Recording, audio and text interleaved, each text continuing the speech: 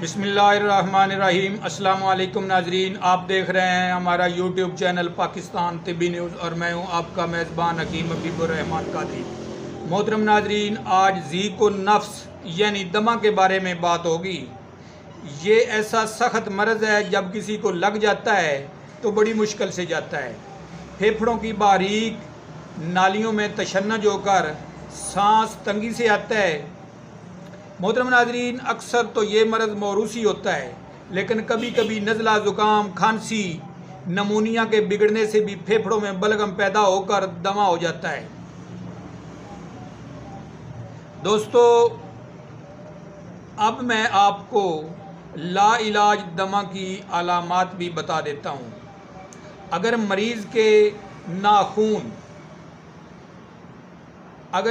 के नाखून सब्ज़ हो जाएं और आवाज़ बारीक हो जाए तो ऐसे मरीज़ को लाइलाज बल्कि चंद रोज़ का मेहमान समझना चाहिए।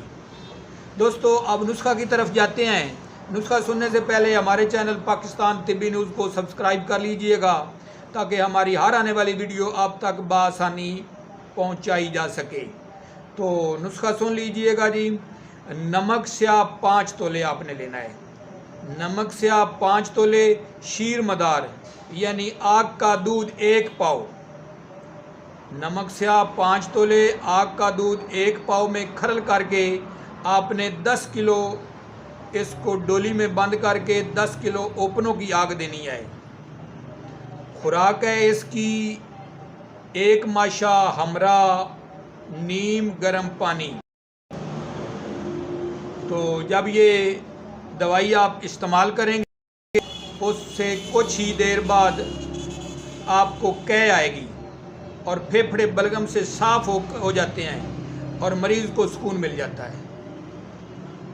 तो अल्लाह रब्बुल इज़्ज़त आपको हर तरह की बीमारियों से महफूज रखे। अपना ख्याल रखिएगा।